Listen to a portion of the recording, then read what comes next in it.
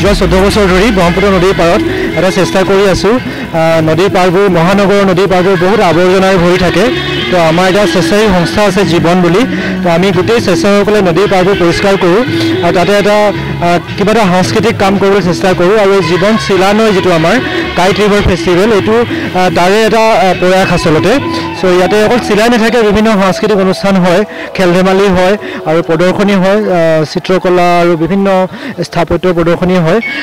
এইবাৰো আমি তেনেকৈ এইবাৰ 8 দিনীয়াকৈ আয়োজন কৰিছোঁ আৰু এইটো আমাৰ ব্ৰহ্মপুত্ৰৰ ফাঁচী বজাৰ ঘাটত হৈ আছে।